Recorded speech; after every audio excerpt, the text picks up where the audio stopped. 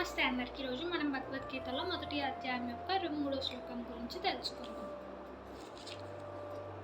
యత్సమానన్ అవేక్షహాం yeah ఏతత్ర సమాగత ఉత్తరాశ్రయ దుర్బుద్ధే యుద్ధే ప్రియాక్షి శీర్వభ.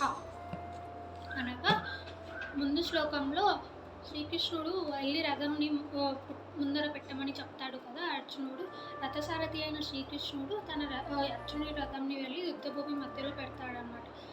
అప్పుడు అర్జునుడు తన ఇరు పక్షంలను చూసుకొని యుద్ధభూమిలో ఎవరు కౌరవుల వైపు ఉన్నారు అంటే దుర్యోధనుడు దుర్బుద్ధి గలవాడు, ధృతరాష్ట్రుని పుత్రుడు దుర్బుద్ధ అని శ్లోకంలో చెప్తారు కదా. తను వాళ్ళ సైన్యంతో పాటు వస్తాడు కదా. తను వాళ్ళ రాజ్యాన్ని ఆక్రమించి సంహరించాలి అనుకుంటారు. అలా ఎంతమందికి దుర్బుద్ధి ఉంది, ఎందుకు దుర్యోధనుని వైపు ఇస్తున్నారు అని చెప్పి అర్జునుడు చూడాలనుకుంటారు. అంటే దుర్యోధనునికి ఎంతమంది పరోక్షంగా ఉన్నారు, ప్రత్యక్షంగా ఉన్నారు, అంటే వాళ్ళు నిజంగానే ఆ దుర్బుద్ధి కలవారా అని చెప్పి తెలుసుకోవాలని చెప్పి యుద్ధభూమి మధ్యలో వెళ్ళి పెట్టమని చెప్తాడు అర్జునుడు శ్రీకృష్ణునికి రథంని. శ్రీకృష్ణుడు అర్జునుడి ఆదేశం ప్రకారం వెళ్ళి పెడతాడనమాట.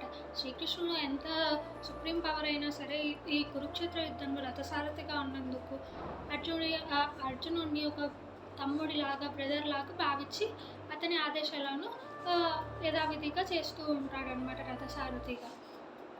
శ్రీకృష్ణుడు ఎప్పటికీ ఆ స్థాయిని చూపించాలని చెప్పి ఎప్పటికీ ఒక సాధారణ మనిషిగానే ఉండి చెప్తాడని చెప్పి ఈ శ్లోకం యొక్క భావం. హరే కృష్ణ.